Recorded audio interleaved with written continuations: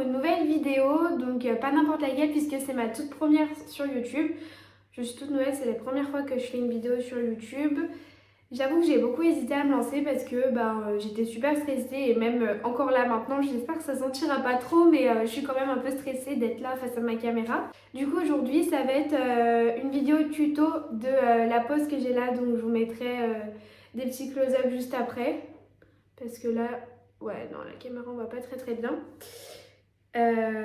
Du coup je vous ai fait un petit tuto de cette pose que j'ai adoré réaliser, que j'ai fait cette semaine. Alors vous verrez, elle est pas si technique que ça. En fait, c'est plus un peu plus long parce qu'elle est en plusieurs étapes, mais finalement, elle est pas si compliquée que ça, même pour les personnes qui débutent.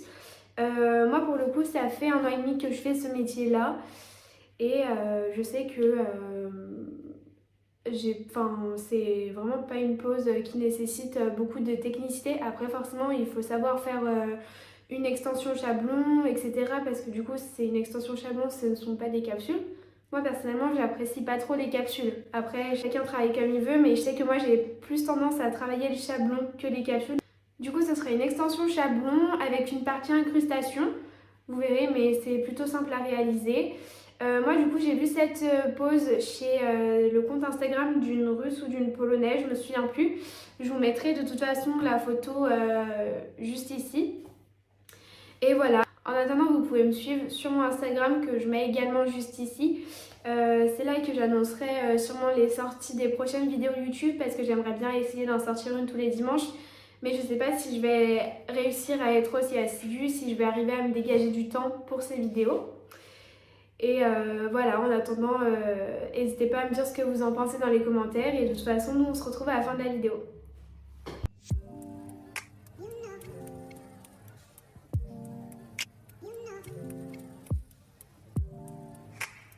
Allez, maintenant je passe en voix off pour vous expliquer tout ça. Une fois mes cuticules préparées et ma plaque matifiée, je viens appliquer mon déshydratant. Donc je suis assez généreuse, comme ça me permet d'enlever les dernières poussières. Je prends ensuite ma base Soft White de chez Nails Company que je viens appliquer en fine couche. Donc j'ai pris une teinte blanche exprès parce qu'en fait mon gel Milky est assez translucide. Donc comme ça fait un petit effet blanchâtre sous le gel. Je viens ensuite prendre mon chablon de chez Nails Company, coller les petites ailettes de devant et le placer sur mon ongle.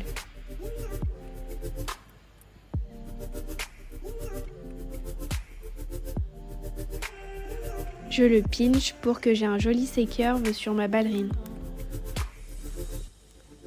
Je vais maintenant faire mon extension avec le gel Glass Clear de chez Purple. Pour que ce soit une jolie ballerine, je vais la faire longue jusqu'au numéro 4. Je vais placer ma matière de façon à former déjà une ballerine. Comme ça, ce sera beaucoup plus simple au moment du limage.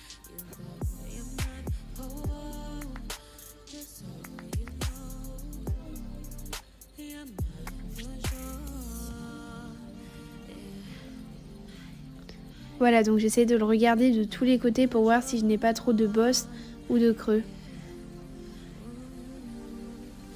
Une fois catalysé 60 secondes, je viens enlever mon chablon délicatement vers le bas pour ne pas casser mon extension. Car comme elle est fine, je ne veux pas prendre le risque de la casser. Je vais venir ensuite commencer la partie incrustation. Pour coller mes feuilles d'argent et mes strass, je vais utiliser une rubber base, donc une base épaisse. Pour le coup, j'ai utilisé la base Repair de chez Nails Company. Je prends quelques petites feuilles d'or à l'aide de mon dotting tool et je viens les placer à peu près à la moitié de l'ongle.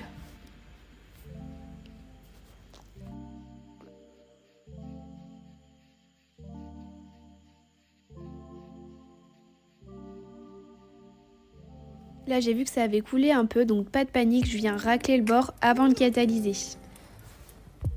Une fois les feuilles d'argent placées comme je le souhaite, je vais prendre des petits strass et les placer au milieu.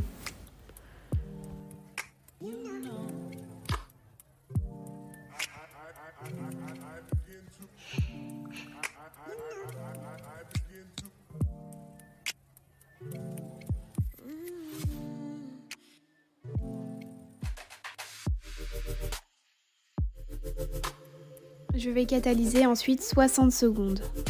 Je viens maintenant prendre le gel Milky White opaque de chez Purple. Avant de faire ma construction, moi je fais toujours une couche de lissage fine avec le gel. Donc là du coup, comme le gel va s'arrêter à peu près à la moitié de long pour qu'il y ait un effet dégradé, je viens faire ma couche de lissage jusqu'à la moitié. Je viens ensuite prendre une boule de matière que je dépose et que je viens étirer pour créer cet aspect dégradé. Donc je regarde mon ongle dans tous les sens pour voir si je n'ai pas ni de creux ni de bosse. Là je suis vraiment désolée, j'ai très mal cadré au départ de ma construction, mais c'est pas facile quand on fait sur soi. Ensuite je retourne la main car grâce à la gravité mon bombet va se placer correctement. Je catalyse 60 secondes et je viens faire la deuxième partie de ma construction. Donc je reprends mon gel transparent, je fais une couche de lissage et je viens déposer une boule de matière à peu près à la moitié de l'ongle, là où j'ai arrêté mon dégradé. Et ensuite j'étire la matière jusqu'au bord libre.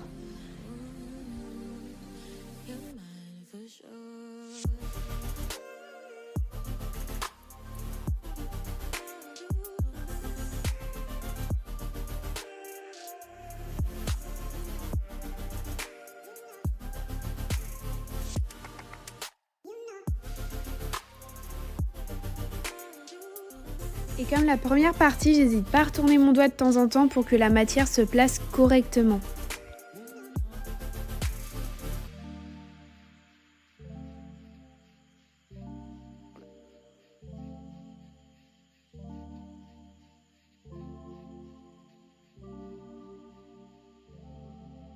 Je vais regarder mon ongle vraiment de tous les côtés pour éviter les creux et les bosses. Ça me facilitera la vie au limage.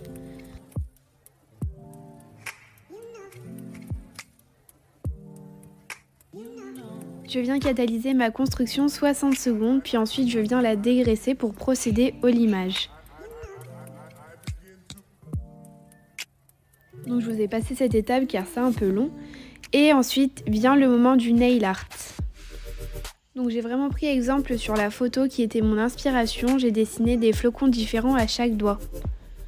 Sur le majeur, je vais venir faire 4 losanges pour finir en flocons. Je vous laisse avec les images car je pense qu'elles parlent d'elles-mêmes.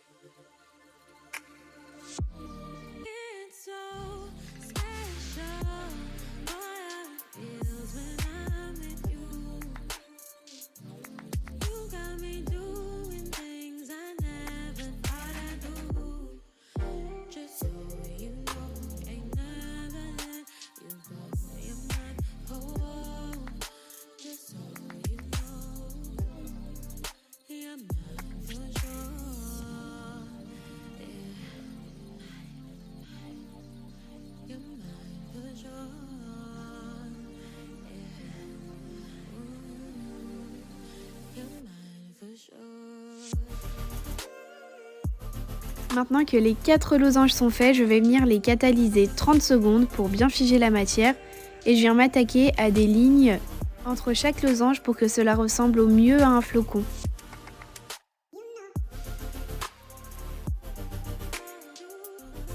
Sur les extrémités de mes premières lignes, je reviens tracer 2 lignes beaucoup plus petites.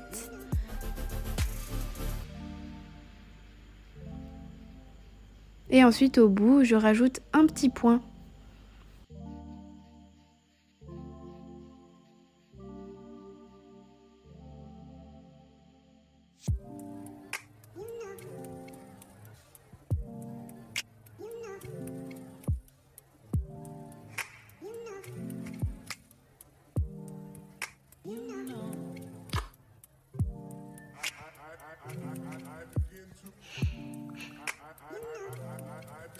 Donc voilà, maintenant le tuto de cette pose est terminé, donc j'espère que ça vous a plu.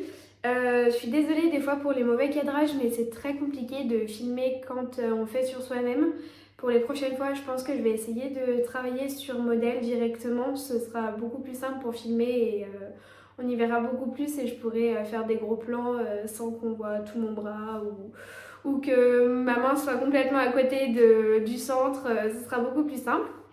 En attendant, du coup, n'hésitez pas à me dire ce que vous en avez pensé dans les commentaires. N'hésitez pas à vous abonner à ma chaîne et à liker la vidéo si le tuto vous a plu. Et puis je vous dis à bientôt!